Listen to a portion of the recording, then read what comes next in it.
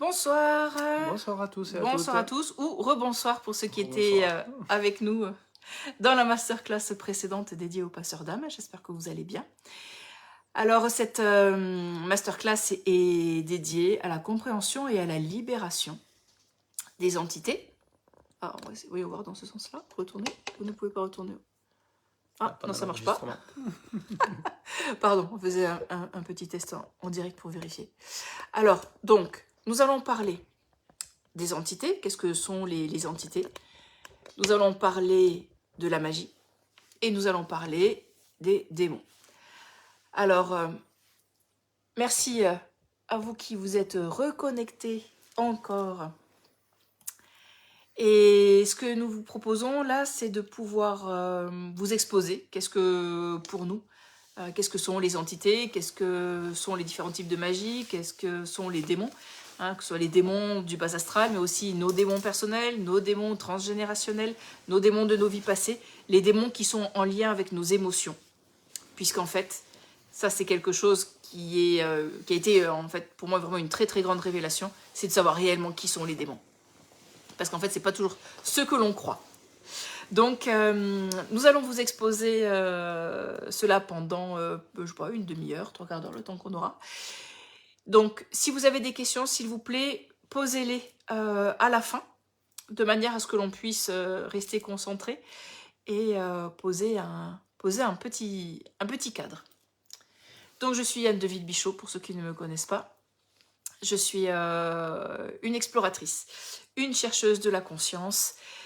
Et également, j'enseigne les mémoires akashiques, comment accéder à ses propres mémoires akashiques, selon les méthodes, selon la lignée Maya de Journey to the Heart et de mon mentor, ami, enseignant, Don Ernesto Ortiz, pour qui j'ai tellement de gratitude.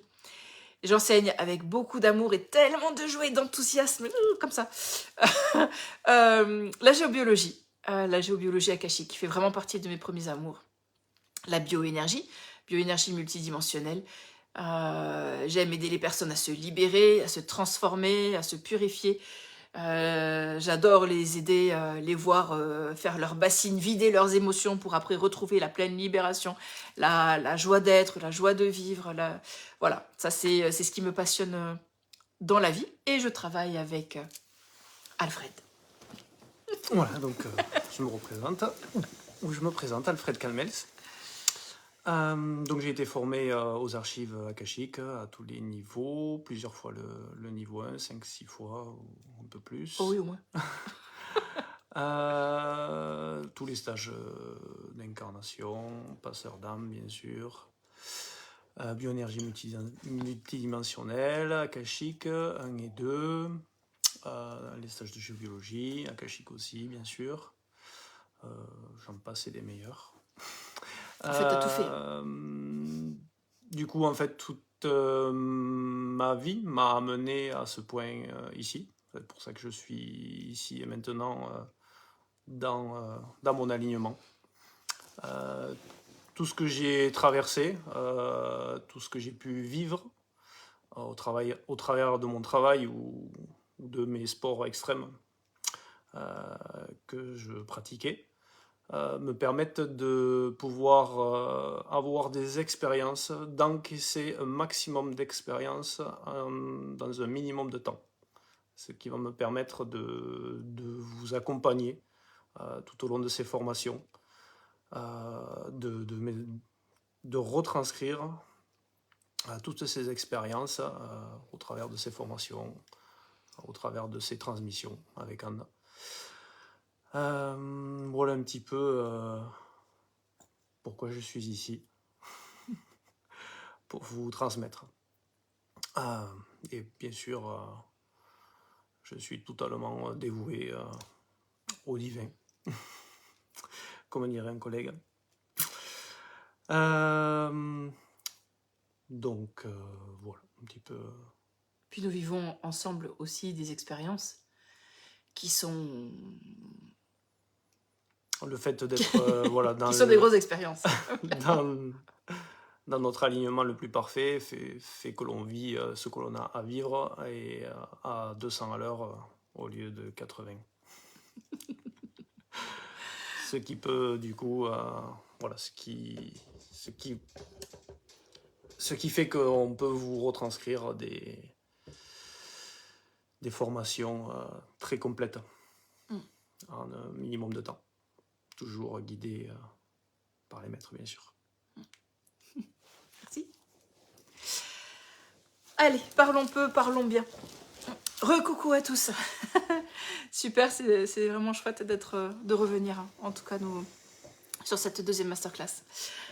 Alors en fait, c'est vrai que lorsque l'on est géobiologue, lorsque l'on est praticien bien-être, lorsqu'on est praticien en Reiki, en art énergétique, en bioénergie, ou peu importe, vous êtes au service, vous pouvez avoir été en contact avec des entités, avec des êtres aimés, avec des défunts, et avec différentes tonalités, je dirais, d'êtres qui sont là déjà pas toujours pour nous servir. La première chose que je dirais par rapport à ça, ce qui est important, c'est vraiment de considérer que ces êtres-là ne sont pas tous là pour nous nuire. Ça, je crois que c'est important de penser qu'il ne faut pas voir le mal partout. Ça, c'est une première chose.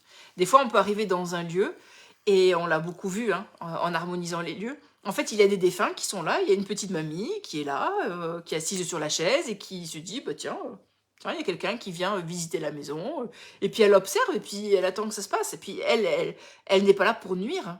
Voilà. Par contre, la question que l'on pourrait se poser, c'est est-ce qu'elle est à sa place? Alors là, effectivement, on peut dire, peut-être que vous n'êtes pas à votre place, est-ce que vous pouvez lever les yeux? Levez les yeux, vous verrez, la lumière est magnétique. Levez les yeux et laissez-vous aller, tout simplement. Et puis après, effectivement, il y a différents degrés où, admettons cette mamie, si on reprend le même exemple, elle veut rester là. Parce que c'est sa maison. Elle est décédée dans sa maison et elle ne veut pas monter parce qu'elle est chez elle. Et vous arrivez en tant que locataire ou nouveau propriétaire et vous la dérangez très clairement. Et donc, elle se dit, bah tiens, je vais les faire sortir. Alors, donc, elle va commencer à faire des manifestations, puis elle se dit, ah, ça leur fait peur. Fantastique, mais je vais continuer. Alors, si vous êtes passeur d'âme, si vous êtes bien aligné, vous êtes bien centré, vous savez ouvrir vos mémoires akashiques, alors tout simplement, vous allez lui demander, vous allez dialoguer, vous allez la ramener dans un espace de paisibilité et vous allez la faire monter. Si à un moment donné, elle se dit, ok, ça marche pas. Imaginez que ça vient, comme disait Alfred tout à l'heure, elle vient vous parler à l'oreille. Et puis de manière consciente ou inconsciente, on va dire inconsciente, cette mamie qui vient vous parler à l'oreille, parce qu'en fait elle veut juste que vous quittiez son habitat, elle va venir vous parler. Et elle va vous amener dans des émotions qui peuvent être nocives, ou même créer des conflits entre les personnes qui habitent dans cette maison. J'ai vécu ça en vacances. Un enfant, un ado de 14 ans qui était décédé d'un cancer qui était là. C'était un été à la mer. Et je vois mes enfants qui se disputent, mais pour des raisons, je comprends pas. Et je leur demande, mais pourquoi est-ce que vous vous disputez? Puis ils me regardent et fait, on sait pas. Alors ça, tout de suite, ça met évidemment la puce à l'oreille. J'ai ouvert mes mémoires akashiques et j'ai vu qu'il y avait cet enfant, effectivement. En fait, il s'amusait. Alors, il ne voulait pas de mal à mes enfants, mais toujours est-il qu'il leur a fait blabla à l'oreille pour qu'en fait, ils finissent par se disputer. Donc ça, c'est aussi une réalité avec les défunts. Il y a des endroits où il y a ce que l'on appelle des entités. Il y a plusieurs types d'entités. Il y a les entités terrestres, des entités des éléments, par exemple des entités qui appartiennent à l'élément eau, à l'élément air, à l'élément métal. Par exemple, souvent, c'était plutôt ce type d'entité qui venait me chercher, là, qui avait la forme, pourquoi pas d'une araignée, ou d'un scolopendre, ou d'un insecte, avec des pattes toutes fines, comme ça, et qui venait, en fait, s'agripper à moi, et qui venait, en fait, pomper mon énergie. Parce qu'en fait, les entités, c'est souvent ça qu'elles viennent. Pourquoi elles sont là? C'est parce qu'en fait, elles viennent prendre notre énergie, parce qu'elles viennent se nourrir. Petite parenthèse sur les défunts aussi. Ils peuvent venir s'accrocher à vous Parce qu'ils vont venir se nourrir de quelque chose dont ils ont besoin.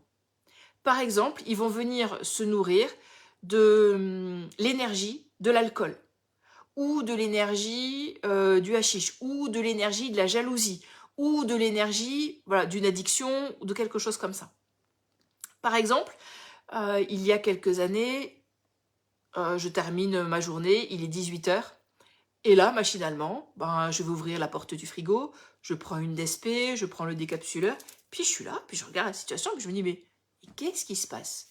Non mais allô quoi, il est 18 h, mais ça ne m'arrive jamais. Hein.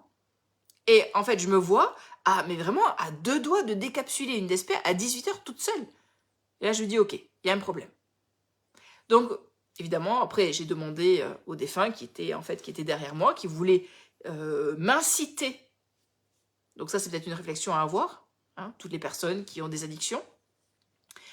En fait, ce défunt qui était caché derrière moi me soufflait à l'oreille, en fait, qu'il fallait que j'aille me décapsuler une DSP. Pour que lui, en fait, puisse se nourrir de l'énergie de l'alcool. Ça vous parle? Et donc, du coup, j'ai vu qu'il était là, donc je lui ai demandé, donc j'étais un peu young quand même, parce que du coup, il voulait jouer avec moi, donc ça, c'est pas quelque chose qui est ok pour moi. Donc je lui ai demandé de venir devant moi, et je lui ai demandé, est-ce que vous avez besoin d'aide?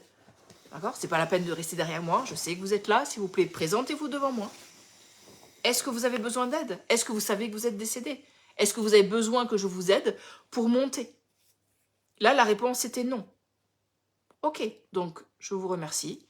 Du coup, la sortie est par là. Parce qu'en ayant des enfants, pour moi, c'est hors de question qu'à un moment donné, un défunt vienne blablater à l'oreille de mes enfants pour qu'ils aient se décapsuler une DSP. On est d'accord? Donc, en fait, ils peuvent venir vous souffler à l'oreille des choses qui peuvent générer même des conflits. Hein, des conflits dans un couple, des conflits de différentes manières.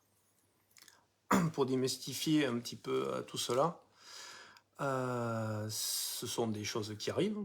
Avant, on ne les voyait pas, on ne les reconnaissait pas. Mais en fait, si elles vous arrivent, c'est aussi pour que vous progressiez. Parce que si ne vous arrive rien dans la vie, vous ne progressez pas du tout. Du tout, du tout. Donc en fait, il faut les prendre comme quelque chose de très positif, en fait. Ce sont des belles expériences. Toutes celles que j'ai vécues de cet ordre-là sont vraiment celles qui m'ont fait le plus grandir. Donc, ne rejetez pas ça. Hein. Apportez cette expérience vraiment dans votre cœur en vous demandant qu'est-ce que cela va m'apporter. Ce que j'ai compris, par exemple, de cette expérience, c'est premièrement que j'avais pas de protection assez importante, parce qu'il s'était accroché. Deuxièmement, que mes sens n'étaient pas encore assez développés, parce que je ne l'ai pas senti derrière moi. Et troisièmement, ça m'a fait vraiment comprendre de manière très fine l'émotion que ce qui n'est pas moi, en fait, est souvent régi par le blabla des défunts, des entités, ou des démons, ou de ces êtres-là. Donc, d'où l'intérêt, en fait, de savoir de plus en plus qui on est et comment est-ce que nous sommes lorsque nous sommes dans un état de joie, d'amour, bienveillant, dans un espace de compassion, dans un espace de méditation. On est d'accord que si vous êtes, même sans parler d'être méditant 10 heures par jour, hein, mais si, admettons, vous savez comment vous êtes profondément lorsque vous êtes bien, lorsque vous êtes joyeux, alors dans ces cas-là, tout ce qui va dépasser, vous allez pouvoir poser votre conscience dessus et vous dire, ok, là, stop. Ou alors, vous dites à votre conjoint, surtout si j'ai un comportement bizarre, dis-le moi pour que j'ouvre mes mémoires akashiques, dis-le moi pour que je puisse me rendre compte, hein, scanner autour de moi, scanner mon aura, scanner mes chakras, scanner mon corps, mes cellules et vérifier mes organes et vérifier qu'il n'y a rien qui vient en fait me polluer, prendre mon énergie de manière non appropriée. La colère, la fatigue, toute chose qui sort de l'ordinaire en fait, c'est quelque chose de l'invisible qui agit sur vous, ou à travers vous, autour de vous. Et les maîtres, parmi ces expériences de cet été, nous ont fait bien comprendre coup je l'ai bien appris, vous l'entendrez un peu plus tard sûrement, à mes dépens, que du coup c'est 95% d'invisible et 5% de visible. Là, De physique. de physique, excusez-moi. Tel que je vous parle, moi j'ai de l'arthrose, plus de disques, et j'ai pas mal au dos. Par contre, quand j'ai mal, il n'y a que 5% de physique. Et après, ça veut dire qu'il y a des choses à traiter. Donc dans les entités, il y a ces entités de l'intraterre, peut-être que vous avez entendu parler, hein, des entités de l'intraterre. Ils peuvent être représentés de différentes manières. Hein. C'est tout l'intérêt en fait, de pouvoir ouvrir nos sens. Particulièrement quand je les vois, ils ont des odeurs. Des odeurs âcres, des odeurs de soufre, des odeurs de très terre, mais pas la douce odeur des bois. Hein. Vous voyez, c'est plutôt pas ça. Mais c'est comme une odeur très tertiaire, mais plutôt très désagréable. Il y a des sensations de chaud, des sensations de froid, mais une lourdeur, quelque chose qui vient comme vous prendre les jambes. Qui vient comme vous aspirez vers le bas et vraiment pomper votre énergie. Et là, typiquement, si en très peu de temps, vous sentez que vous perdez beaucoup d'énergie d'un coup, alors que vous sentiez super bien, alors là, vous pouvez être quasi sûr que vous avez affaire à des entités. Donc, ou ces entités de l'intraterre, et il y a aussi des entités comme les reptiliens qui ont ces particularités, qui viennent vraiment pomper toute notre énergie. Et ils se servent en fait hein, de cette énergie, eux, pour vivre et aussi pour ramener en fait toute cette quantité d'énergie, comme s'ils la stockaient en eux, pour pouvoir en fait les ramener chez eux et alimenter chez eux. À la base, les reptiliens sont des peuples comme les terriens, comme les peuples d'ailleurs, mais à un moment donné, ils ont vécu des désagréments tellement conséquents sur leur planète, dans leur dimension, qu'en fait, ils ont été chercher de l'énergie ailleurs. Donc, effectivement, ceux qu'on a, ce ne sont pas les meilleurs. C'est comme si nous, on envoyait nos mercenaires dans un pays où on envoie nos mercenaires en Amazonie ou sur une autre planète pour aller chercher les denrées, pour aller chercher ce dont on a besoin. Donc, effectivement, ce ne sont pas les meilleurs. Ils ressemblent, tel que leur nom l'indique, à des reptiliens. Et ils ont vraiment cette particularité d'être très grands, souvent, et vraiment d'aspirer. Les fois où je me suis fait attaquer par des reptiliens, c'est vraiment les symptômes, vraiment concrètement que j'ai eu, c'est vraiment une perte de fatigue et les jambes. Vous savez, imaginez-vous, enfin je marchais, j'étais pas bien, j'avais la nausée, j'étais vraiment pas bien, j'avais vraiment envie de vomir, et à un moment donné, les jambes coupées. Je me suis retrouvée, je savais que j'allais tomber, et je me suis retrouvée par terre en 1 seconde. Plus aucune force dans les jambes. Ça montre quoi? Alors c'était une super expérience, parce que du coup j'ai compris que j'avais un pacte avec les reptiliens à un moment donné, donc ça donnait l'occasion de nettoyer, de purifier encore des accords que j'avais avec eux dans le passé, dans des vies de vikings, enfin bref. Et ce que j'ai compris aussi, c'est que ma protection n'était pas suffisante par rapport à ces entités-là. Donc ça dit quoi souvent? Ça dit, je n'ai pas une protection suffisante. Je dois augmenter, je dois faire d'autres carcasses de protection, des protections spécifiques pour les reptiliens, des protections spécifiques pour les entités extraterrestres. C'est ça que ça veut dire, finalement. Donc, si vous êtes attaqué, demandez-vous quelle est la qualité de mes protections. Donc, ces êtres-là, encore une fois, font partie des expériences que nous vivons. Et eux aussi, également, viennent vous souffler à l'oreille, viennent polluer vos émotions. Donc dès lors que, comme disait Alfred, vous n'êtes pas dans une émotion qui vous semble être normale, posez-vous la question, hein, est-ce que je ne dois pas scanner mon aura? Est-ce que je ne dois pas réactiver mes protections? Nous activons nos protections, les différentes couches de protection avec des mudras, vous savez, des gestes comme ça que nous avons encodés, et où justement nous venons avec plus de précision ressentir quelles sont ces entités. Parce qu'en fonction de l'entité à laquelle vous avez affaire, vous n'allez pas libérer de la même manière. Mais dans tous les cas, ce qui marche bien, encore une fois, c'est d'aller dialoguer, d'aller parler avec cette entité déjà de lui dire, hey, tu sais quoi, je te vois, je sais qui tu es, j'ai conscience de ta présence, donc en gros, sois mignon, ne me la fais pas à l'envers. D'accord? Donc il faut être yang un peu des fois. Donc des fois, on a le droit d'être un peu yang en disant, ok, stop, tu sais quoi, je te vois, de quoi as-tu besoin?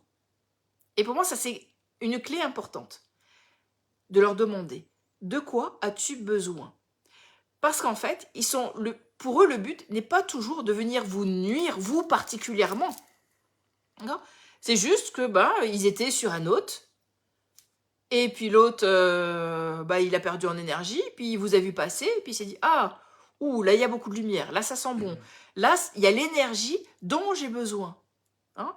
Et il change.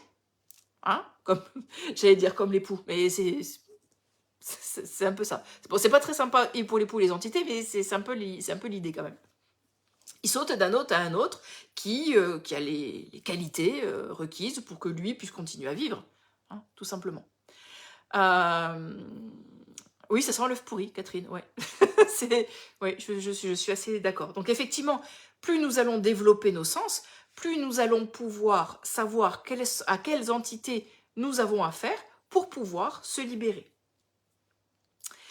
Je vous ai donné dans la masterclass précédente une prière que j'aime beaucoup, qui marche très très bien, qui dit « Père, Mère Dieu, Esprit Source, nous demandons à ce que cette entité ou être aimé soit renvoyé sur le chemin de son évolution spirituelle pour le bien le plus élevé et le bénéfice mutuel de tous les êtres concernés. » Donc, cette prière, vous allez la répéter, jusqu'à ce que vous sentiez qu'à un moment donné, il y a un switch ou un lâcher prise. Vous sentez qu'à un moment donné, ok, vous sentez votre aura qui lâche.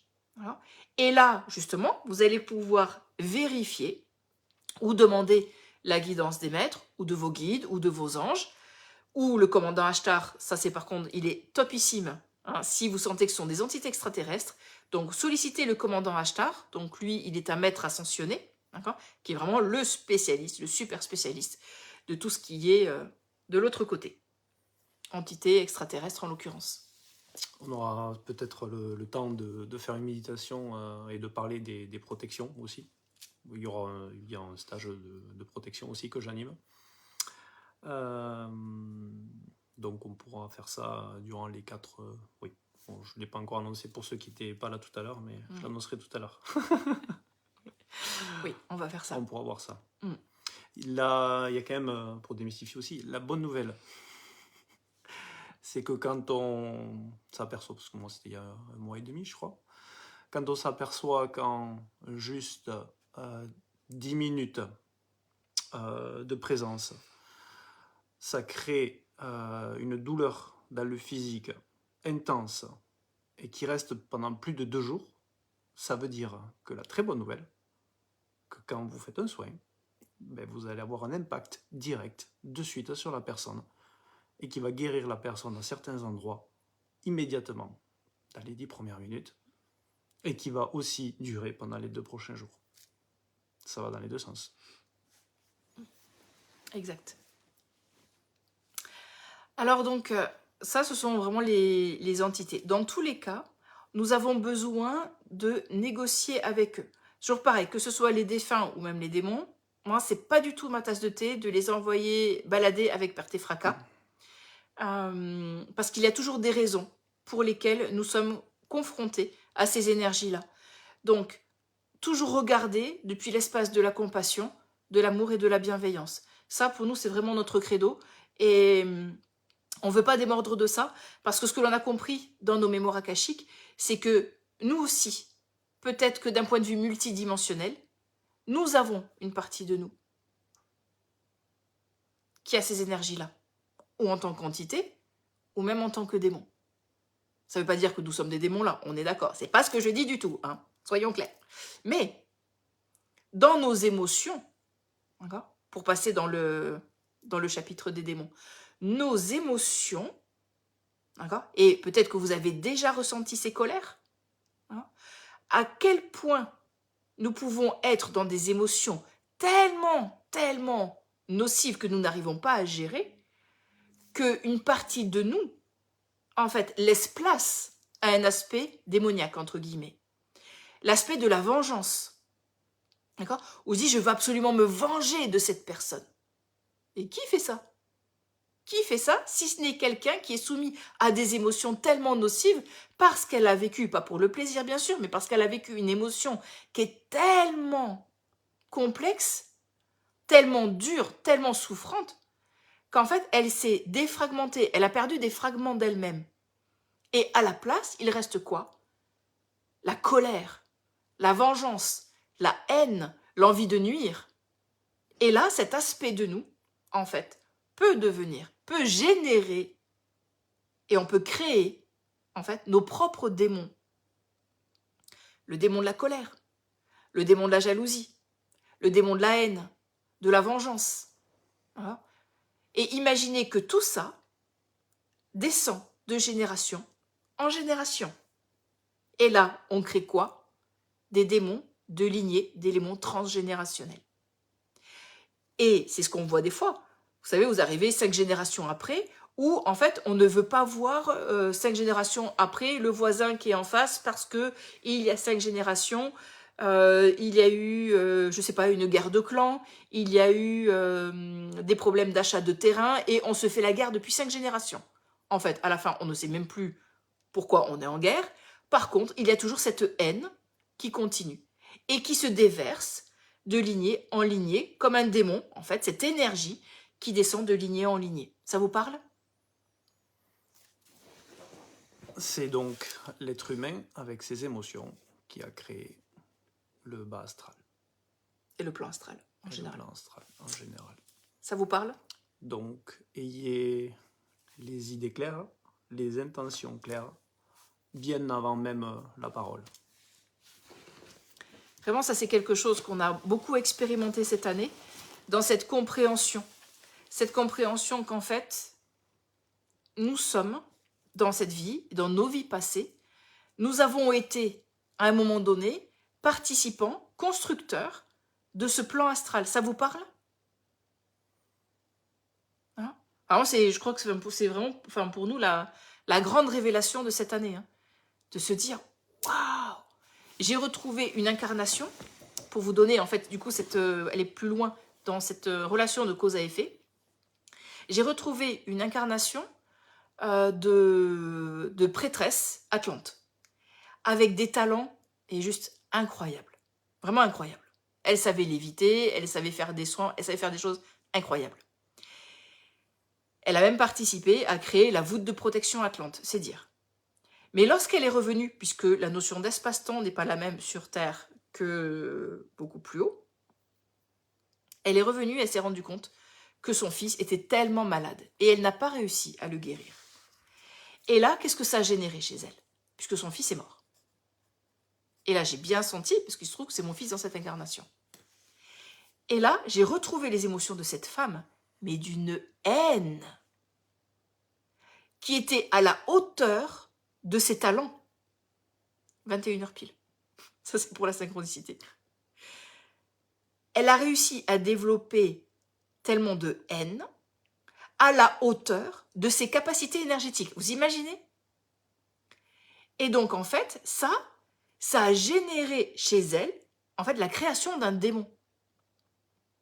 Et en fait, je me suis rendu compte que ce démon-là, en fait, a parcouru mes incarnations qui font que je sentais très bien que, et pour l'avoir vécu aussi dans mes incarnations passées, que quelqu'un, quel qu'il soit, qui touche un cheveu à mon enfant, il prend cher. Et je peux vous dire que c'était compliqué. Hein. D'accord ? Mais pourquoi? Parce qu'en fait, la source, vraiment la première source de ces colères, de ces émotions qui étaient extrêmement pénibles et extrêmement souffrantes, hein, tellement malheureuses, a généré des énergies démoniaques. Ça vous parle? Et donc là, ça c'était un de mes démons de génération en génération. Et même encore, il y a quelques années, je disais à mes enfants, mais j'ai dit, oh, non mais si on vous fait du mal, je ne sais pas ce que je fais à la personne. Et il y a une partie de moi qui était claire et qui pouvait dire « Ah non, mais si on vous touche, et je pense que la personne, elle va vraiment avoir du mal à se relever. Hein » Donc ça, c'est vraiment ce que l'on crée de génération en génération. Alors évidemment, vous imaginez bien que je n'ai pas laissé ce démon se balader comme ça, où j'ai repris contact avec cet aspect. C'est comme cet aspect noir, nos noirceurs, nos ombres. On peut aussi les appeler comme ça. Donc j'ai reconnecté à cette part d'ombre pour la libérer. Alors ça durait 2 heures, certes. Mais à la fin, on se sent tellement plus léger. Et d'aller chercher cet aspect-là, cette part d'ombre, et la transmuter en lumière, en amour, en compassion, fait aujourd'hui que cette expérience est pour moi une force incroyable. Et non seulement c'est une force incroyable, parce que ça a été transmuté à la hauteur de l'ombre, en lumière, mais ça m'a aussi de rentrer encore plus profondément dans mes mémoires atlantes. Et pour ceux qui le savent ou pas, moi je suis très connectée à l'Atlantide depuis longtemps, et j'adore explorer, ça fait 10 ans que j'explore l'Atlantide, et ça m'a permis, en voyant ça, d'augmenter mes facultés sensorielles. Parce que j'ai récupéré des fragments d'âme, j'ai récupéré des fragments extrêmement sévères. Donc, le fait de remettre les pièces du puzzle à leur place, ça amène une complétude. Donc ça, c'est vraiment l'aspect démoniaque et transgénérationnel et nos démons personnels. Tu as des commentaires à faire? Tu veux partager quelque chose? Oh non, c'était parfait. Bon, si c'était parfait, alors je continue. Et donc, effectivement, nous avons aussi affaire, lorsque nous sommes en géobiologie, alors nous, en tout cas, évidemment, c'est notre spécialité, je dirais, du coup, de ces expériences, avoir tellement expérimenté ça, c'est vrai que du coup, notre spécificité, c'est de traiter les lieux qui sont très compliqués de cet ordre-là. Parce que nous avons la guidance des maîtres, ça aussi, je tiens à le préciser, nous faisons cette géobiologie akashique et nous pouvons traiter ces lieux-là aussi parce que nous avons la guidance et la protection des maîtres d'Akasha. Ça, c'est vraiment important de le souligner. C'est une clé fondamentale. Si vous êtes géobiologue, vous êtes praticien, vous savez que vous êtes face des fois à des personnes qui sont compliquées, qui ont des entités, qui ont des défunts qui les collent, etc. Pensez que les protections ne sont absolument pas des options. Vraiment, nous l'avons trop expérimenté pour en douter. Nous devons être protégés. Ça, c'est une évidence. Et quand nous avons la protection des maîtres d'Akasha, du plan akashique, alors là, évidemment, là, on touche au sommet. Je l'ai encore vu il y a 3-4 jours, je ne sais plus, il y a quelques jours. J'étais pas bien toute la journée. J'ai fait la sieste. Je me suis laissé un peu berner, du coup. D'habitude, au bout de 10 minutes, je m'en aperçois. Mais là, ça a duré 2-3 heures ou 4 même. Et en fait, j'avais quelque chose qui me pompait toute mon énergie. Je me disais, je vais ouvrir mes archives, et forcément, il y avait toujours un truc qui faisait que j'y arrivais pas. Et donc, schéma d'interférence externe. Il était très fort. Et donc, au bout de 4 heures, j'ouvre mes archives, et là, pouf, tout est parti. Au bout de 10 minutes, c'était fini. Même sans rien demander, sans traiter, juste en ouvrant les archives. Malgré, j'avais quand même des protections, mais voilà. Ouvrir ces archives, c'est une très grande protection. Et donc, du coup, lorsque vous êtes face à ces êtres, à ces démons du bas astral, alors là, effectivement, là, on a besoin d'avoir ses sens encore plus ouverts et donc d'avoir un cœur ouvert. Alors vous allez me dire, oui, mais du coup, c'est un peu bizarre. Si j'ai un cœur qui est extrêmement ouvert, mes chakras sont très ouverts, alors du coup, je vais me faire polluer. Non. Si vous avez une protection excellente, alors justement, là, vous allez pouvoir aller générer tellement d'amour que ou ça les fait fuir, ou ça les libère, ou dans l'idéal, ça les transmute. Et nous, notre spécificité, c'est ça. C'est de pouvoir aller générer tellement d'amour, grâce évidemment aussi à la guidance et la lumière et l'amour que nous recevons d'Akasha, de pouvoir dialoguer, de pouvoir transmuter. Et ça, pour nous, c'est vraiment la clé la plus inestimable de toutes les expériences qu'on a eues. C'est vraiment de pouvoir générer beaucoup d'amour pour qu'à un moment donné, vous sentiez que vous allez passer dans un autre état d'être, qui est l'amour inconditionnel. et de l'amour inconditionnel, vous allez pouvoir transmuter encore autre chose en vous pour aller chercher les déités courroucées. Alors, les déités courroucées, alors vous pouvez travailler avec eux bien sûr pour tous les types d'êtres que l'on a pu voir, que ce soit les défunts en colère, les entités, la magie qu'on va voir après également, évidemment les démons. Pourquoi? Parce qu'en fait, ces déités, on peut les nommer comme Kali, par exemple, comme Vajrapani, qui sont en fait des déités courroucées. On travaille aussi avec Athéna, avec le commandant Ashtar, qui sont capables en fait de générer tellement de compassion, tellement d'amour, qu'en fait, ils arrivent à être très yang. Et le kourou n'est pas la colère. Le kourou, c'est cette capacité à être tellement aligné dans un amour inconditionnel qu'il génère une lumière tellement immense, d'accord? Et ils sont yang, juste pour dire, ok, stop. Et c'est ce qu'on a appris hein, en géobiologie, ce qu'on fait travailler nos participants là-dedans, hein, pour qu'ils puissent apprendre à générer tout cet amour pour pouvoir générer et appeler les déités courroucées, mais pouvoir générer aussi en eux ce kourou. C'est une manière de se faire respecter aussi, hein, de ces êtres-là, de pouvoir arriver dans un lieu face à un client, à un receveur, à un patient que vous aurez, et pouvoir dire, ok, stop. Je ne suis pas en colère contre toi, c'est juste que je génère en moi la force, la puissance pour dire, ok, stop. Je négocie avec toi pour que tu puisses être libéré aussi. Ça vous parle? Oui, ça résonne en vous? Okay. Super. Au moins, quand vous mettez des likes ou des choses comme ça, on sait que, on sait que ça vous parle. Ok. Ensuite, nous avions proposé de parler de magie. Donc, il y a 3 types de magie majeure. La magie blanche, la magie rouge et la magie noire. À savoir que dans nos vies antérieures, à un moment donné, nous avons tous utilisé, nous avons tous fait de la magie. Ça fait partie de nos parts d'ombre. La bonne nouvelle, c'est que d'en avoir conscience encore une fois, parce qu'on décide d'arrêter de faire l'autruche, encore que c'est un peu dommage pour les pauvres autruches, parce que c'est pas pour ça. Bref, pardon, je change de sujet. De fermer les yeux. Vous savez, vous dites non, je veux pas voir, moi j'ai jamais fait de magie, moi j'ai jamais fait ci, moi j'ai fait ça. Non, ça, je vais être honnête avec vous, on va casser le mythe de suite. Alors, on a tous fait ça. L'avantage, c'est que comme nous l'avons tous expérimenté, c'est le choix que l'on fait aujourd'hui d'être des êtres conscients qui voulons être impactants dans le monde, nous voulons changer le monde, nous voulons le rendre meilleur, et nous voulons participer à faire quelque chose de concret et d'impactant.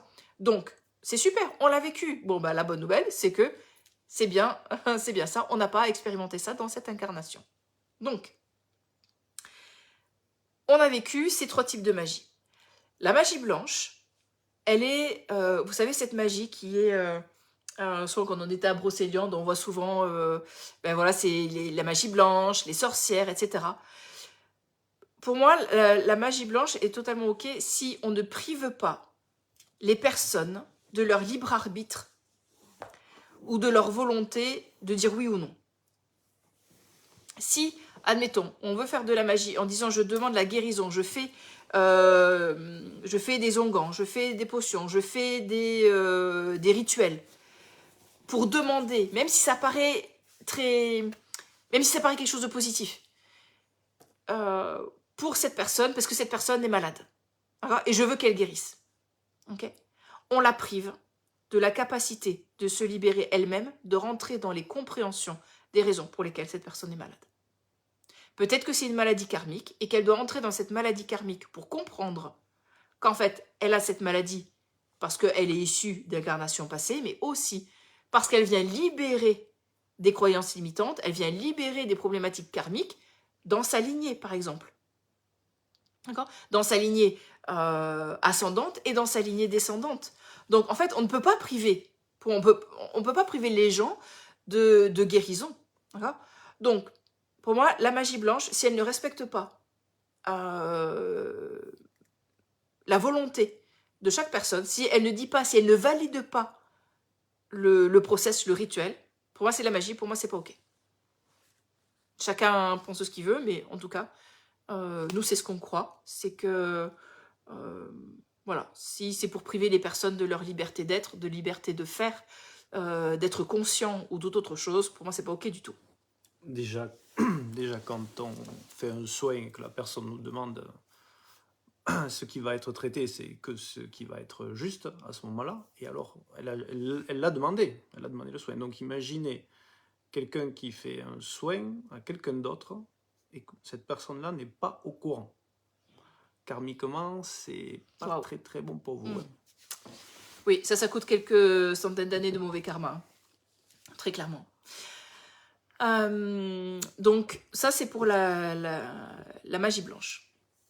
À savoir que pour tous les types de magie, dans tous les cas, nous traitons la magie par les antidotes de la magie en question. Ça marche pas très bien de libérer les magies avec une magie qui n'est pas concernée par la même nature. Si vous voulez libérer de la magie rouge avec de la magie blanche, par exemple, en fait, ça peut fonctionner un peu, mais à un moment donné, on est obligé de travailler avec les antidotes adéquats. C'est comme si vous appelez Michael alors que c'est une entité extraterrestre qui est sur vous. Ça peut marcher un petit peu, mais voilà. Vaut mieux appeler le commandant Ashtar, par exemple. Donc, la magie rouge donc, sont des rituels de magie par le sang. Donc, les magies par le sang, c'est-à-dire faire des rituels, des scarifications, prélever du sang pour faire des rituels, des choses comme ça, des sacrifices, évidemment, ce qui se faisait dans le passé, mais malheureusement pas que. On sait que ça existe encore aujourd'hui. Donc, la question est toujours la suivante, c'est quelles sont les raisons pour lesquelles cette personne fait de la magie directement ou commande à quelqu'un, puisque du coup, on sait aujourd'hui qu'il y a encore des personnes qui font ce type de rituel, d'accord, qui sont payées pour faire ces rituels. Oui, même sur Internet, il y en a un. Oui, on a vu ça sur Internet. Dans les premières pages, là, de suite, vous tapez magie noire. Et voilà, donc on sait que ça existe. Après, chacun est responsable de son karma. Hein. Les raisons pour lesquelles on fait de la magie noire peuvent être multiples. Par exemple, si juste je vous cite un exemple de ce que j'ai pu vivre dans le passé. Après, il n'y a pas de jugement pour moi à poser. Est-ce qu'on fait de la magie noire? Est-ce que c'est bien d'en faire ou est-ce que c'est pas bien d'en faire? À la limite, j'ai même pas de jugement par rapport à ça. C'est que chacun est karmiquement responsable de ses actes. Voilà. Donc, est-ce que ça me met en colère? Est-ce que ça me... Je suis responsable de mes actes et chacun est responsable des siens. Voilà. Par contre, ce que j'ai compris dans le passé, et je vais vous raconter cette petite histoire. Ça a lien avec mes enfants de cette vie, mais dans une autre vie. J'étais guérisseuse et je travaillais bien, voilà, je vivais dans l'abondance, etc. Et ça avait généré la jalousie d'une autre guérisseuse qui était la colline d'en face. Et elle jalousait ma clientèle parce que, du coup, voilà, parce que je mangeais à ma faim, etc. C'était au Moyen-Âge. Et en fait, elle a commencé à m'envoyer des sorts pour qu'en fait, que j'arrête de travailler. Puis, petit à petit, ça commençait à monter en niveau, ça montait crescendo, pour que je tombe malade. Donc, elle, clairement, elle avait enclenché sur la magie noire. Comme ça marchait pas parce que j'avais des protections, et puis j'avais mis, en fait, les antidotes en face, elle s'en est prise à mon fils. J'ai pas réussi à sauver mon fils. Mon fils en est mort. Et en fait, donc, comme cette femme du passé ne connaissait pas le principe des fragments d'âme, et elle n'a pas réussi à gérer l'émotion du décès de son fils, en fait, elle est rentrée dans une colère, mais tellement noire, c'est le cas de le dire, envers cette personne qui a rendu son fils malade au point de le tuer, que elle-même, de par, encore une fois, les émotions nocives, a généré des sorts et de la magie noire. D'accord ? Ce que je veux dire par là, c'est qu'on ne peut pas, enfin en tout cas, nous ne portons pas, nous, et c'est ce que l'on enseigne, de jugement sur les raisons pour lesquelles, d'accord, nous avons fait de la magie noire. d'accord? Ou de la magie ou quoi que ce soit. Ce que nous avons besoin de retrouver, c'est quelles sont les sources qui font qu'à un moment donné, on a basculé. Qu'est-ce qui nous a fait passer de l'autre côté? D'accord? Qu'est-ce qui nous a fait passer de l'ombre, de la lumière à l'ombre? Quelles sont les émotions que nous n'avons pas gérées qui nous ont fait passer de la lumière, d'être bienveillant, de guérisseur, de prêtre, de prêtresse, de chaman, de toutes les qualités spirituelles qu'on a pu avoir, en une personne qui, à un moment donné, a commis des actes répréhensibles. De ma compréhension à aujourd'hui, ce sont ces émotions que nous n'avons pas réussi à gérer qui font que nous nous sommes défragmentés tellement violemment qu'en fait, on s'est déconnecté du plan mental, d'accord? On s'est déconnecté de nos émotions, on s'est déconnecté de notre savoir-être, de notre savoir-faire, pour passer de l'autre côté, du côté obscur de la force. Ça vous parle? Donc, pour nous, c'est toujours regarder avec humilité, avec amour, avec gratitude, avec compassion. Et de ne pas juger. Non-jugement, non-attachement. De regarder l'autre en se demandant, ok, quels sont les aspects de ton être qui est tellement en souffrance que la seule chose que tu peux faire là, maintenant, c'est d'envoyer de la magie, consciente ou inconsciente, parce que juste nos pensées et nos émotions que l'on dirige envers quelqu'un, c'est déjà de la magie. Ça vous parle? Un quart de seconde suffit de penser. Juste une pensée que vous allez avoir en disant « je la déteste, je la hais », etc. Imaginez, vous envoyez des coups de couteau, des sorts, vous envoyez tout. Rien que ça, rien que l'intention suffit à faire de la magie. On n'a même pas besoin d'aller faire des rituels et d'aller payer quelqu'un pour faire de la magie noire. Des fois, juste notre intention, en fonction de l'intensité que nous avons, suffit à en faire. Par contre, évidemment, derrière, on est toujours karmiquement responsable de nos actes, de nos pensées, de nos intentions. Ça, là-dessus, on est d'accord. Est-ce que ça vous parle, tout ça? Oui. Donc, encore une fois, pour moi, les antidotes à ça, c'est vraiment toujours de demander la guidance des maîtres de Kasha, de demander comment est-ce que je peux libérer, purifier, transmuter, pouvoir aller chercher tout cet amour inconditionnel que nous avons en nous, et pour pouvoir aider à transmuter. Alors effectivement, c'est vrai, des fois, il va falloir être yang, d'accord? Mais encore une fois, c'est pas de la colère, c'est du courroux. Pour vous donner un petit exemple de différence, c'est l'exemple que je donne souvent pendant les formations, mais je trouve que pour le coup, tout le monde comprend vite ce que ça veut dire. Imaginez que vous êtes à la montagne et que vous êtes avec vos enfants ou avec votre animal ou quelqu'un que vous aimez, qui est juste en bord de falaise. Vous avez déjà prévenu, vous avez dit, voilà, reviens ici, là c'est dangereux, il y a une falaise, tu vas tomber, tu vas te faire mal, peut-être même que tu peux mourir parce qu'il y a 50 mètres. Reviens ici. D'accord? Là, on va dire on est doux. On a prévenu. Mais au fur et à mesure, imaginez, ça fait 5 minutes et le danger, d'accord, que votre enfant tombe dans le précipice, d'accord, est de plus en plus présent. Qu'est-ce que vous allez faire en tant que parent? Vous allez aller voir votre enfant, vous allez être yang, vous allez prendre par le bras et vous dire, ok, stop, maintenant, va jouer plus loin. Donc on est d'accord, là, c'est pas la colère, c'est qu'à un moment donné, on est capable de générer ce que j'appelle la yang attitude, d'accord, pour pouvoir être ferme suffisamment pour dire, ok, stop, maintenant, là c'est dangereux, je t'ai prévenu, tu vas jouer ailleurs. Après, peut-être qu'on peut réexpliquer ensuite, avec plus de douceur, revenir dans le calme, être plus yin, être plus dans l'équilibre, d'accord?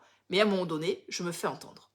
Et lorsqu'on a affaire à des démons, peut-être que la première impact que vous allez avoir à faire, c'est ça. 21h21, encore une belle synchronicité, c'est de dire, ok, stop, là je te vois, tu me la fais pas à l'envers, ok, je te vois.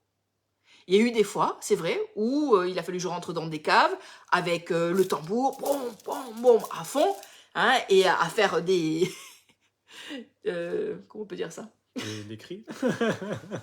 Des cris de yang attitude, quoi, comme ça, et pour dire, ok, hé, je suis en face de toi, tu me respectes, et je veux te parler. Et ne cherche pas à me polluer, ne cherche pas à m'atteindre, ne cherche pas ça, parce que de toute façon, ça ne marchera pas. D'accord? Mais ayez conscience, malgré tout, qu'il y a des fois, on doit être yang, c'est nécessaire. D'accord? Mais par contre, ensuite, revenez dans un espace de calme, dans un espace de sérénité, où nous établissons ce dialogue. Ça vous parle? Oui? Je crois que pour certains, c'est ok, ça parle. Si vous avez des commentaires à faire ou des questions, vous allez pouvoir les poser dans un instant. J'aimerais juste aborder un sujet qui m'a été demandé concernant les archontes. Souvent, on se demande qui sont les archontes. En fait, vous connaissez les archanges. En fait, les archontes, c'est comme l'antéchrist. Voilà, ils sont les opposés. Les archontes se présentent à nous lorsque nous vivons des traumas, des colères, encore une fois, des émotions qui sont extrêmement nocives pour nous et pour les autres. Et ils peuvent se présenter à nous. Alors moi, je les vois comme... c'est comment ça s'appelle, les Horcruxes dans les Horcruxes dans... Oui. Dans le Seigneur des Anneaux, c'est ça non, c'est... Dans quoi? Non, c'est le petit sorcier, là, oui. Oui, dans le sorcier. Vous avez compris. Harry Potter. Ah, good job. Dans Harry Potter, voilà. Et donc en fait, vous voyez ces ombres qui arrivent un petit peu avec des habits déchirés, c'est dans l'ombre et c'est comme voilà, c'est pas des visages qui font joie de voir. Et donc du coup, ils se présentent à nous et ils arrivent avec un contrat. En disant, par exemple, tiens, avec ce contrat, nous allons te donner de la puissance, nous allons te donner des pouvoirs, nous allons te donner ça, la capacité, merci, il y en a qui suivent, la capacité d'avoir telle compétence. Évidemment, on est d'accord, ce sont rarement des compétences pour être au service, sinon au service de l'ombre. Et à la fin, on signe le contrat, mais il y a toujours des petites lignes, vous savez, comme les lignes d'assurance. Et donc, on dit... en général, on est tellement dans cette haine, dans diverses volontés, en fait, on crée un pacte. En fait, c'est un pacte que vous venez signer. Et on signe. Les archontes disent, attends, est-ce que tu es sûr de vouloir signer ça? Alors. Et en général, on est tellement dans l'émotion qu'on signe. Sans regarder les petites lignes du contrat. Quand, admettons plusieurs vies après, on a des problèmes dans notre vie, diverses et variées. Par exemple, on n'arrive pas à garder un travail. On n'arrive pas à prendre sa place. On n'arrive pas à vivre dans un minimum d'abondance financière. En gros, toute notre vie, on a l'impression que c'est un petit capharnaüm. Effectivement, là, c'est légitime de se demander si on n'a pas établi un pacte avec les archontes dans le passé. Et donc là, en fait, on vit juste les petites lignes du contrat. Donc, effectivement, la bonne nouvelle, c'est que nous pouvons revenir dans le passé et aller parler avec celui ou celle que nous avons été dans le passé, encore une fois, pour le ramener à la raison et pour lui demander de se libérer de toutes les émotions nocives qui l'ont amené à générer ce pacte. On libère par des rituels, voilà, et les archontes, ensuite, et c'est là que j'ai trouvé cette expérience juste incroyable, parce que j'ai libéré 2 pactes comme ça dans le passé que j'ai pu faire avec les archontes.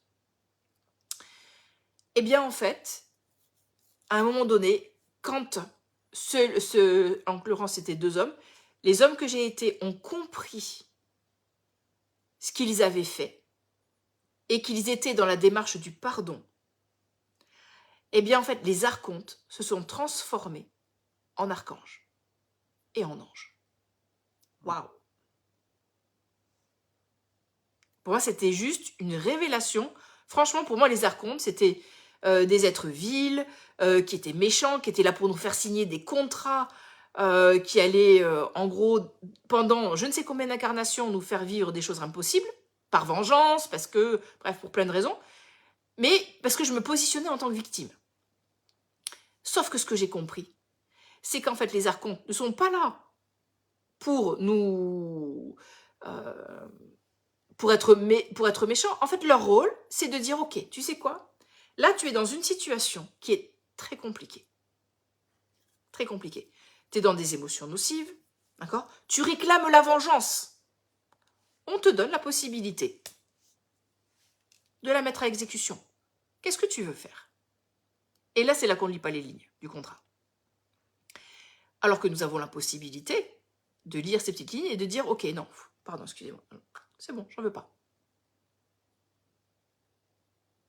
Donc, dans ce cas-là, ce que l'on va faire, c'est que on libère celui ou celle que nous avons été, nous libérons les émotions, et nous allons demander à l'archonte quel est le rituel, comment est-ce que je peux faire pour libérer ce contrat. Parce que l'homme, la femme que je suis aujourd'hui, a conscience de ce qui s'est passé, a conscience de l'impact, et maintenant, je souhaite le libérer. Qu'est-ce que vous voulez? De quoi avez-vous besoin?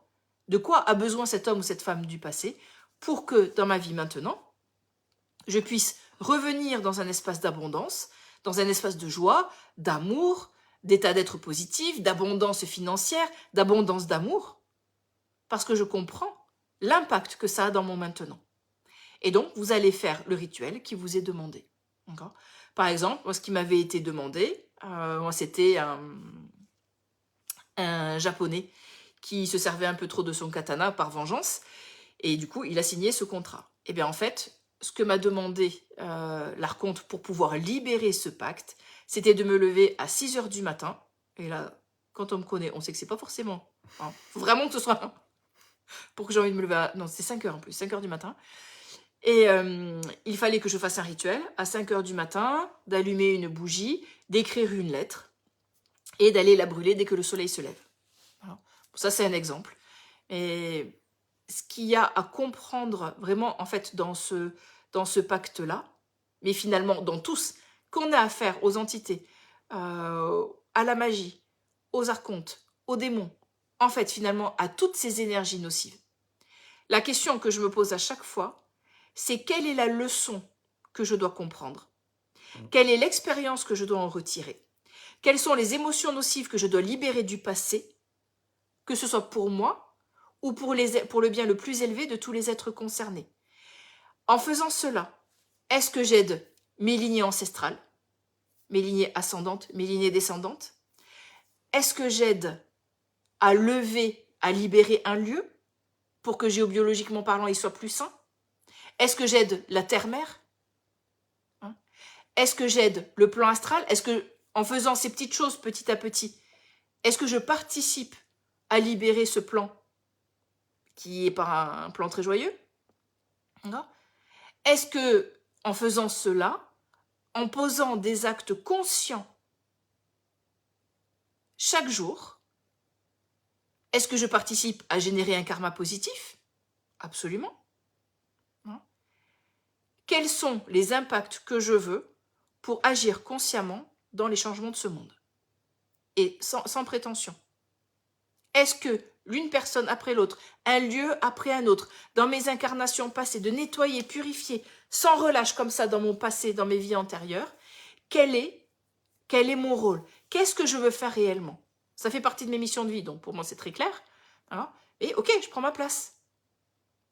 Et vous, donc la question que je vous poserai, c'est comment est-ce que vous voulez prendre votre place?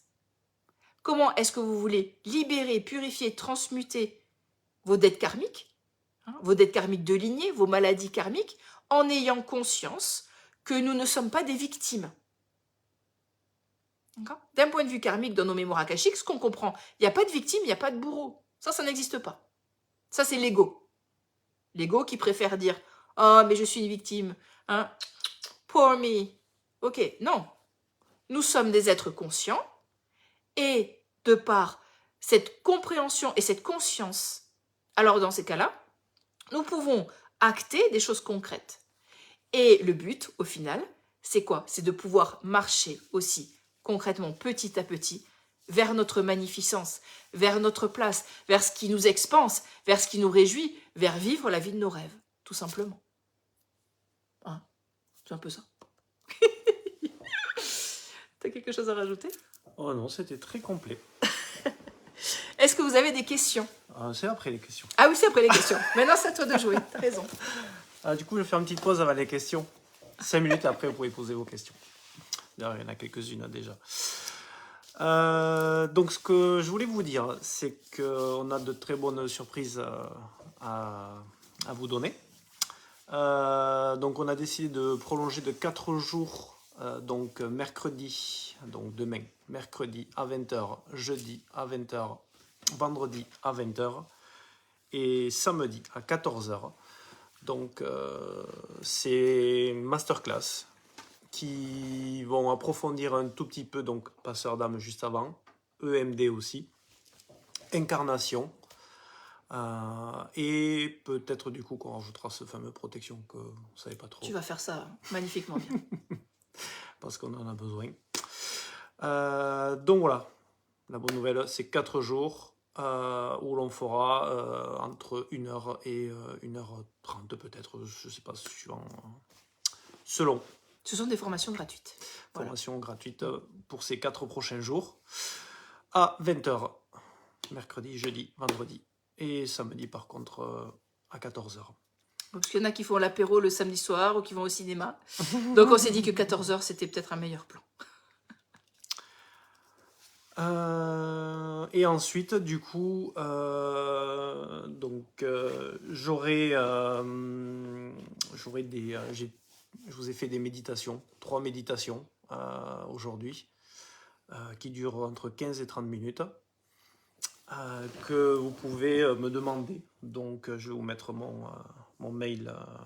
Donc, c'est alfred.calmels@gmail.com. Calmels, ça s'écrit CALMELS, donc alfred.calmels@gmail.com. Je vais vous le mettre sur le Facebook de Anne. Comme ça, si vous souhaitez les méditations, je vous les enverrai. C'est juste des méditations audio, du coup. Elles sont top. Donc, il y aura une méditation sur l'amour, 15 minutes. Donc, bien sûr, je ne suis pas précisé, mais que vous saugez votre pièce, vous vous préparez calmement, au calme, et avant de lancer tout ça. Il y aura une méditation aussi sur l'Atlantide, qui va être assez extraordinaire aussi. Même sans la suivre en entier, rien que les dernières secondes, vous pleurez, vous avez des frissons, c'est énorme. Et donc aussi une méditation qui aussi me tient très à cœur sur les dragons, voilà, qui elle par contre durera 30 minutes et qui est assez chargée aussi en émotions. Donc je vous mets le mail, comme ça je pourrai vous les fournir, et parmi ces 4 jours, du coup, on fera sûrement une méditation sur les protections aussi. Voilà. Merci beaucoup de votre attention. Je vous laisse aux questions. Alors, il y en avait une ou deux au-dessus. On va y revenir. Alors, et si la personne ne reconnaît pas qu'elle est sous emprise, Frédéric Pachot. Oui. Alors ça, c'est... J'avoue, ça c'est vraiment un des grands sujets qui malheureusement sont un peu difficiles à traiter, ou en tout cas au coup par coup. En général, de toute façon, la personne qui est possédée par des entités, des défunts en colère ou par des démons, de toute façon, ne reconnaîtra pas qu'elle est possédée. Donc ça, déjà... et comme on ne veut pas faire de magie, de toute façon, on ne va pas faire les extractions sans son accord. D'accord. Parce que, encore une fois, moi je considère que c'est aussi une violation de son libre arbitre, puisqu'en fait, on la prive de la possibilité de se rendre compte de son état.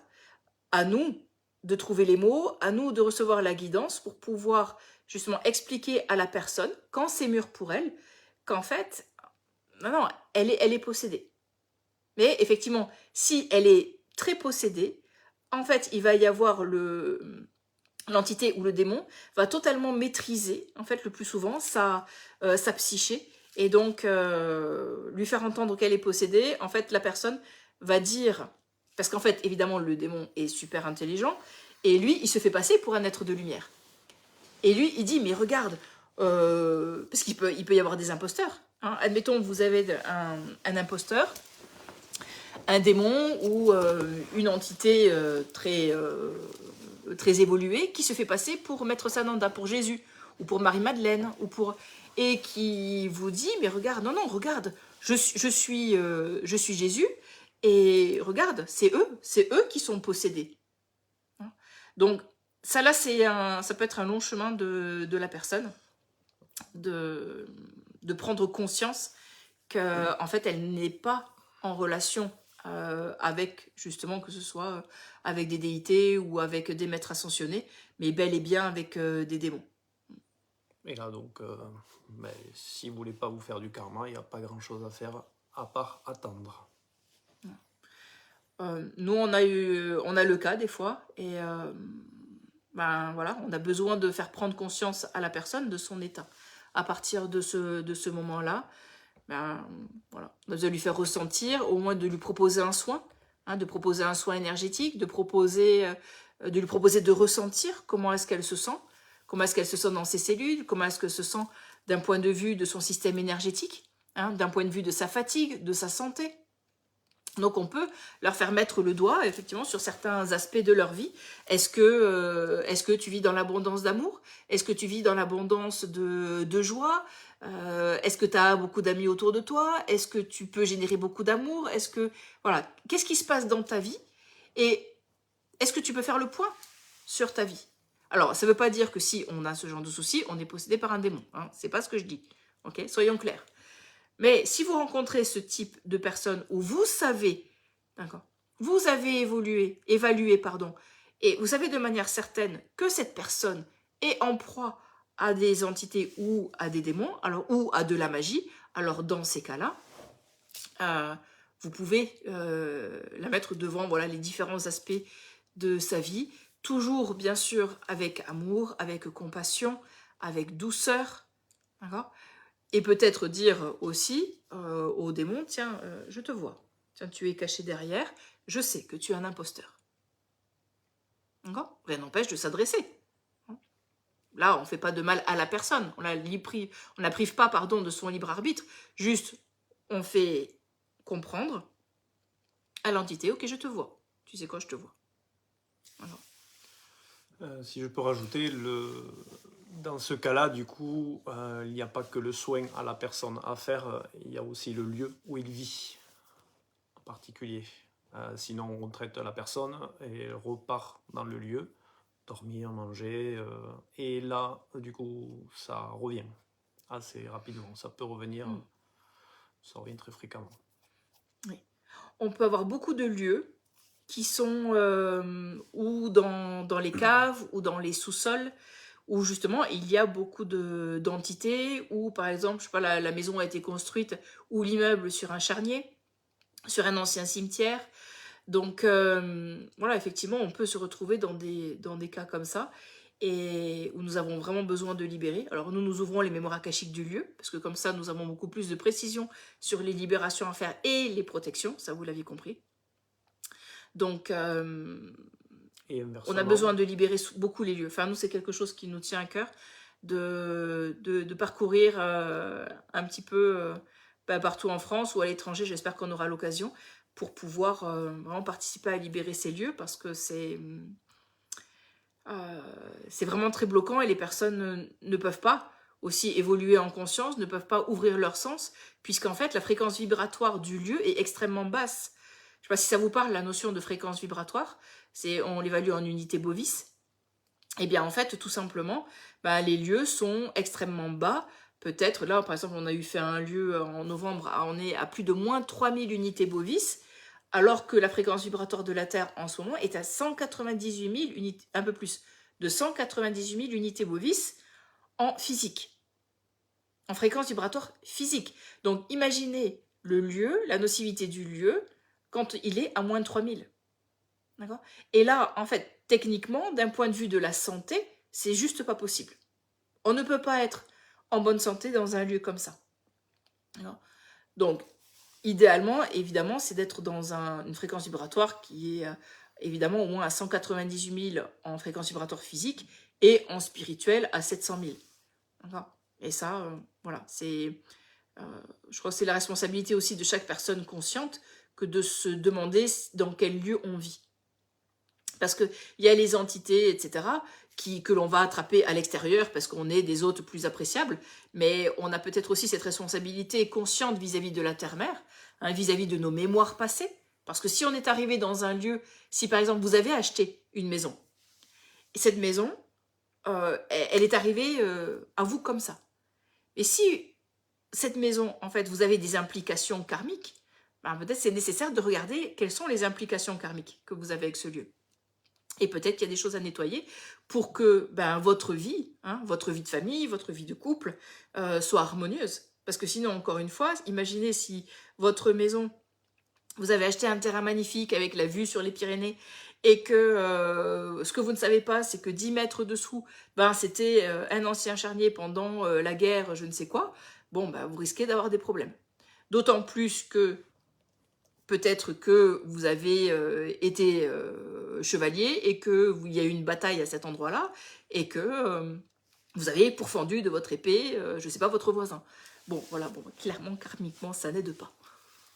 Donc, tout comme certaines personnes ont besoin d'un soin quand son état est grave, on va dire, donc il y a besoin de traiter le logement, le lieu où il vit, et inversement, quand on nous appelle pour harmoniser un lieu, du coup, il y a aussi du karma entre la personne et le lieu, donc il faut traiter. Donc, on ouvre aussi les archives de la personne, etc. etc.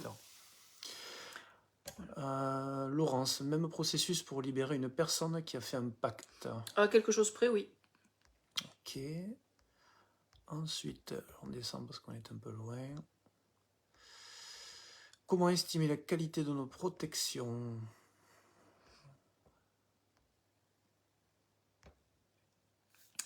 Alors, comment est-ce qu'on peut qualifier nos protections ? Déjà, la première chose sur les protections, ce qui est important, c'est de les activer tous les jours. Les activer matin, les activer le soir au minimum. Le soir parce qu'on va dormir et qu'on a envie de faire de beaux rêves. Et le matin pour la journée. Alors, si vous vous faites attaquer, si vous sentez que vous êtes très fatigué, alors dans ces cas-là, vous savez très clairement que vous avez besoin d'avoir des protections plus, ou en tout cas d'augmenter la qualité de vos protections, d'augmenter le nombre de couches de vos protections. Et en fonction des expériences. Si par exemple, alors moi je me demande pas forcément si mes protections sont suffisantes. Si j'ai une expérience de près ou de loin, par exemple d'une attaque psychique, par exemple je sais que, par exemple j'ai mes mémoires akashiques ouvertes et les maîtres me disent, tiens, là il y a cette personne qui te veut du bien. Bon, c'est une manière ironique de dire que c'est pas le cas. Alors dans ces cas-là, je leur demande, est-ce que je dois augmenter ma protection psychique, par exemple? D'accord ? Si c'est une personne qui veut manipuler ma psyché à distance, est-ce que je ne dois pas modifier ou augmenter ma capacité de protection ou la qualité de ma protection? Et si oui, comment ? Est-ce que je dois ajouter des symboles ? Est-ce que je dois ajouter, je ne sais pas, une coque en larimar ? Est-ce que je dois ajouter la protection d'Ashtar ? Est-ce que je dois... Voilà. Et donc, je réajuste très régulièrement. Je pense que j'ai réajusté depuis ces 10 dernières années un nombre incalculable de fois, plusieurs fois par an pour réajuster. Je reçois un nouveau symbole, je réintègre le nouveau symbole. J'ai telle mémoire de savoir passé qui est revenue. Par exemple, cette mémoire de cette prêtresse atlante dont je vous parlais, quelles étaient ses qualités? Et bien du coup, ces qualités, je demande à ce qu'elles reviennent dans le présent et qu'elles viennent amplifier mes protections, par exemple. Donc tout est, pour moi, tout est bon pour augmenter ses protections et être plus fort. Puisque quand même, ce qui est super important aussi, qui est une clé à mon avis qui est majeure, c'est qu'à partir du moment où on sait que l'on est protégé et que l'on a confiance dans notre protection, qu'est-ce qui se passe ? Eh bien, nous pouvons ouvrir nos sens. nous sommes en confiance. Donc, nous pouvons, quelque part, lâcher prise. Alors, je sais que lâcher prise, des fois, c'est un gros mot. Mais, dans tous les cas, je suis sûre que vous comprenez. À partir du moment où nous sommes dans la pleine confiance, parce que nous savons que nous avons des protections, nous pouvons ouvrir notre cœur, nous pouvons... Ok, je me pose. Je sais que je peux avoir un dialogue avec telle entité, etc. Parce que j'ai confiance. Je sais que je suis protégée. Je ne vais pas être là à me demander est-ce qu'elle va me sauter dessus? Est-ce que je vais être fatiguée? Est-ce qu'ils vont tisser un lien? Est-ce qu'ils vont m'envoyer un genre de harpon puis qu'après ils vont pomper mon... Non, je ne me pose pas toutes ces questions-là. Donc, je peux être efficace et traiter concrètement en fait la problématique avec ces êtres-là. Donc moi, c'est toujours une réactualisation sans arrêt des protections. Donc oui, Delphine, tu pourras faire 2 jours, tu peux faire le nombre de jours que Tu tu fais veux. comme tu veux. Lorsqu'il s'agit d'un enfant ou d'une personne souffrant d'un handicap qui ne peut pas exprimer son accord, est-ce qu'un parent peut demander à sa place? Oui. Qui a moins de 18 ans? Oui. Absolument. Alors, dans les archives, le démon sort tout seul, simplement avec le soin des maîtres. C'est OK. Oui, ça peut, effectivement. Le fait d'ouvrir les mémoires akashiques de la personne, ça peut l'aider à se révéler, surtout si c'est l'objectif de la séance. Oui. Existe-t-il des portails où les âmes entités passent, Oh Catherine? oui. Oui. Il y en a beaucoup dans les lieux. Dans les lieux qui sont nocifs, justement. Il y a effectivement des portails qui ont pu être créés par les reptiliens, en l'occurrence, ou les entités extraterrestres, ou de l'intraterre aussi, c'est pareil. Tout comme il y a des portails de lumière, il y a des portails qui sont très lumineux, ben, il y a les autres. Il y a aussi des portails sataniques, il y a aussi pas mal de choses comme ça, absolument. Oui, bien sûr, Laurence, ça fatigue si on travaille dans un lieu chargé, mais il y a des Oui. solutions. Oui, il avec faut harmoniser les le lieu. Faut harmoniser le lieu. Et après, si c'est un lieu où tu peux pas, par rapport à ton travail, par exemple, il y a plein de solutions. On voit ça en protection, en formation de protection. Comment savoir si un lieu a besoin d'être nettoyé ou harmonisé? En fait, la question serait, est-ce que tu sais s'il y a des manifestations? Comment est-ce que tu te sens à l'intérieur de ta maison? Est-ce qu'il te semble que... alors, même les lieux qui sont chargés, souvent les personnes ne peuvent pas réellement savoir si le lieu est chargé parce qu'elles ont l'habitude de l'énergie et qu'elles se sont adaptées en fait à l'énergie du lieu. Donc, si tu as le moindre doute à savoir si le lieu est qualitatif, alors dans ces cas-là, vaut mieux faire une étude pour au moins avoir un check-up du lieu, à savoir est-ce qu'il y a des problèmes géobiologiques, est-ce qu'il y a des problèmes invisibles, est-ce qu'il y a des problèmes d'entité, ou quoi que ce soit. Ce que tu peux te demander, c'est quel est ton état de vitalité. Est-ce que tu es constamment fatigué? Est-ce que tu te lèves fatigué? Est-ce qu'il y a des endroits dans la maison où tu te sens bien ou d'autres où tu te sens pas bien? Est-ce que tu te sens à l'aise dans certaines pièces? Par exemple, je sais pas, ta maison a une cave ou tu as un garage, ou quand tu vas dans la cave, comment est-ce que tu te sens? Ou tu as juste envie de remonter parce que, un peu comme dans les films un peu flippants, là, tu as peur. Et là, tu te dis, ah non, non, mais de toute façon, rien que l'idée d'aller dans la cave, je peux pas. D'accord? Voilà, des choses comme ça. C'est de te demander ton état d'être. Comment est-ce que tu te sens? Comment se sent ta femme, tes enfants?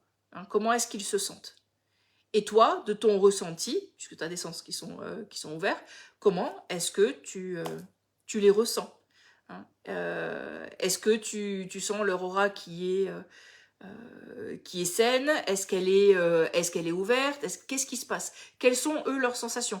Vraiment de les questionner. Comment est-ce que vous vous sentez? Est-ce que vous vous sentez en joie? Est-ce que vous vous sentez rempli d'amour? Est-ce qu'il y a de l'harmonie? Ou est-ce que c'est la disharmonie? Laurence, oui, on pourra parler des protections sur un lieu, sur les 4 jours. Les vortex, tu pourras préciser, Laurence, s'il te plaît. Est-ce qu'il peut y avoir une entité ou des entités uniquement dans une pièce de la maison, car je crois que je ressens dans la chambre de mon fils et il est malade régulièrement? Oui, absolument.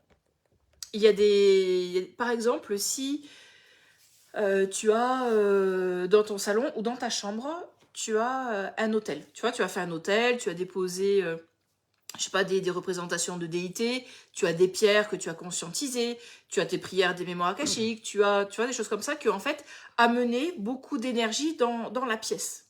D'accord? Eh bien, effectivement, en fait, les entités vont aller dans le seul endroit qui n'est pas énergisé.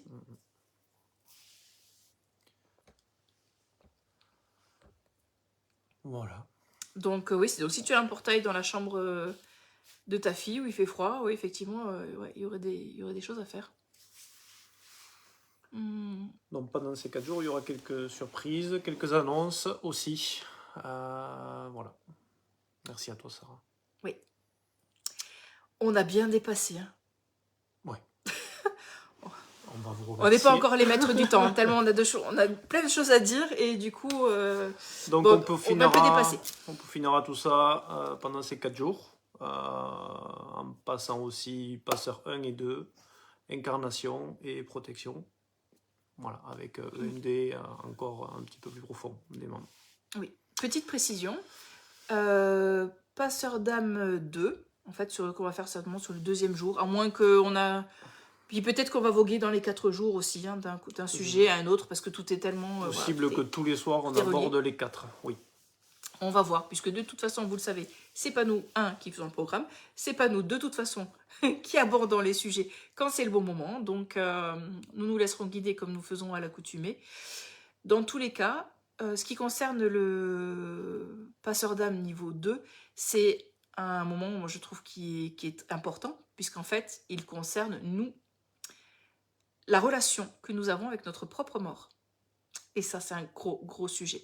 Parce que c'est toujours le fait, bah oui, je fais passer quelqu'un, je fais passer le papy, la mamie, le défunt, le tonton, je suis en vacances et il y a un monsieur dans la maison. Ça, c'est une chose.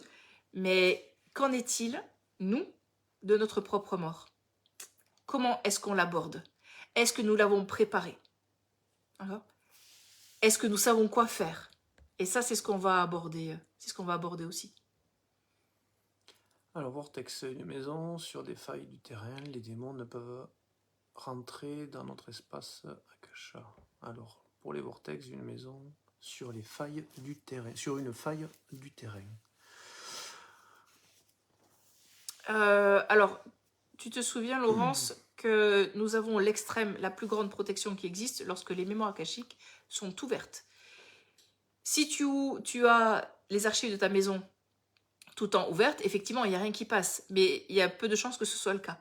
Donc, tu as besoin d'avoir une protection béton et d'avoir un lieu propre. Surtout, ça c'est quand même un petit détail, puis je pense qu'on restera là-dessus ensuite. Pensez bien que surtout si vous avez une activité, vous êtes praticien bien-être, vous êtes thérapeute, vous êtes psychologue, ostéopathe, on a beaucoup d'ostéopathes, on a beaucoup de, de praticiens bien-être, voilà, vous êtes au service. Ou juste pour vous, pour votre famille, bien, on a besoin d'avoir des lieux sains. Parce que sinon, ça veut dire qu'on fait venir nos clients, nos receveurs dans un lieu. Alors, le but, c'est pas de vous faire culpabiliser. C'est juste d'amener de la conscience vraiment sur ce point essentiel. Par exemple, quand on est arrivé ici, à un moment donné, la première question qu'on s'est posée, c'est est-ce que le lieu est sain? Et à chaque fois qu'on va déménager, la question va être est-ce que le lieu dans lequel nous sommes, est-ce qu'il est sain? Est-ce que les familles, les personnes qui viennent ici, ou nos amis qui viennent ici, est-ce qu'on les amène dans un lieu sain, hein?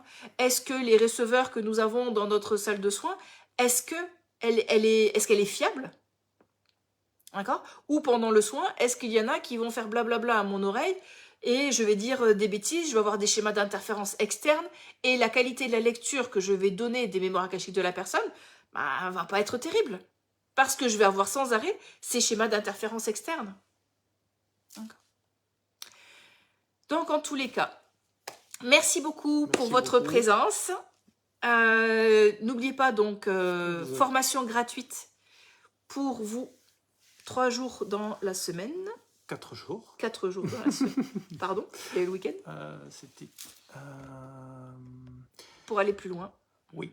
Vous avez les dates, du coup, vous avez Passeur 1, 19 et 20 janvier. Oui, parce que là, c'est 2 jours pleins. Hein. Là, c'est... oui. L'incarnation, c'est le 2 février. Et le Passeur 2, c'est le 10 mars de tête. Oui. Voilà. Et puis EMD, c'est en suivant. On n'a pas mis les dates sur le site. C'est fin janvier, là. C'est juste après. Donc la semaine prochaine, c'est Passeur d'âme. Et la semaine d'après qui suit. N'hésitez pas à partager ces vidéos. Elles seront disponibles seulement jusqu'à lundi ou mardi. Oui, ils seront en rediffusion. Ouais, elles seront en replay. Donc, n'hésitez pas à les partager. Tant qu'à faire, plus on est de fous, plus on rit. Et donc, comme ça, voilà, vous pourrez en disposer en replay. Et nous devrons les supprimer, du coup, mardi soir au plus tard. Pour toute question, du coup, Sarah ou les autres, n'hésitez pas à me faire soit un WhatsApp, du coup, parce que c'est là où je réponds le plus vite. C'est plus simple. Et si j'ai pas votre mail, envoyez-moi un mail. Voilà.